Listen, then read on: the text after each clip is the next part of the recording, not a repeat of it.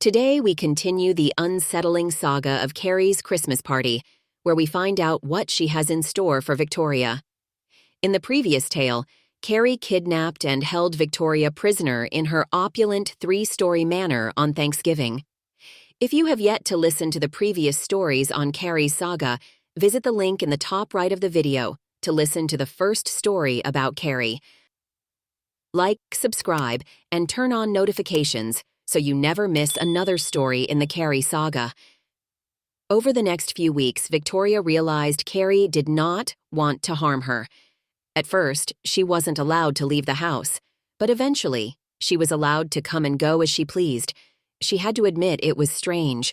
Why kidnap her and hold her there when the only thing Karrie really wanted to do was play these weird games, and they all ended with, "I could have killed you," or "you could have died." Karrie explained her actions by saying she feared Victoria would never return if she played the games with her. She was sorry for how she had done things and promised it would never happen again.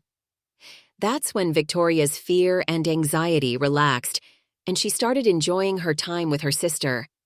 As each passing day brought them closer to the Christmas holiday, Victoria could feel her excitement building every day. They had been planning the upcoming Christmas party in great detail, and Karrie had a special gift to give to Victoria. Victoria could not help but feel a little depressed at the guest list. Karrie insisted they invited a couple of people from their past that they were not very fond of. Karrie said it would be a great way to reconcile those old feelings and move forward. Victoria invited people so that she could make amends. Little did she know Karrie had an entirely different plan. Christmas Eve was finally here. Victoria, filled with excitement, was ready for the celebration to begin. The three-story manor looked great in its Christmas decor, and the aroma of a holiday feast filled the air. Everything was perfect and ready for guests to arrive. At 7 that evening, guests started to arrive. Upon arrival, guests gathered in the sitting room. When the last guest arrived, the celebrations began. Things began with laughter and merriment, just as one expects from a party. It was a night of amusement and celebration. They exchanged presents, indulging in the lavish meal, and engaging in cheerful conversation. After dinner, and in true Karrie fashion, she enticed guests to join in playing games. The games were fun, and the guests were enjoying them. One unlucky guest would soon find out about Karrie's wickedness. The evening had turned into night, and it looked as if the party was starting to die down. Karrie approaches Victoria and says it is time for your present, but we must act now. As the last game ended, Karrie called out for one last game. Everyone agrees for one more round, then bid farewell and call it a night. Karrie gave Victoria a unique set of instructions, and the game began. Within 15 minutes, the game had ended, and everyone bid their farewells and departed, all except for one, and her name was Velma. After all the guests have left, Karrie takes Victoria to a room and says, "Here is your present. Merry Christmas." Victoria, shocked, stares through what appears to be a two-way mirror at the lady she recognizes as Velma from work. Velma had always treated Victoria poorly at work.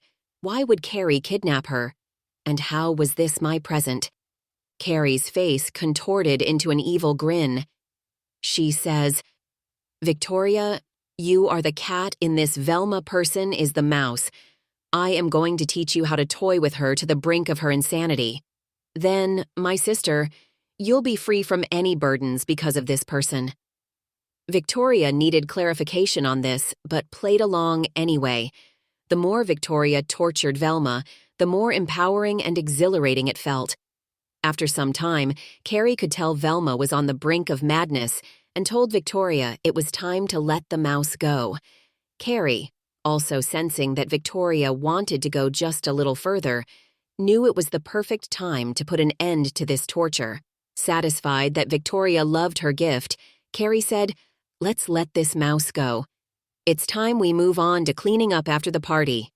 There is much to teach you to get it just right. Plus, a New Year's party is just around the corner." Karrie and Victoria started putting up New Year decorations alongside their Christmas decorations, keeping with the tradition of leaving up the Christmas decorations until after the New Year. Then they set to work on creating the guest list and mailing out invitations. Tune in next month for more suspense, horror, and the chilling secrets that await at Karrie's New Year's vacation. Remember to click the like button, subscribe to our channel, and hit the notification bell for your invitation to the next installment of this twisted tale.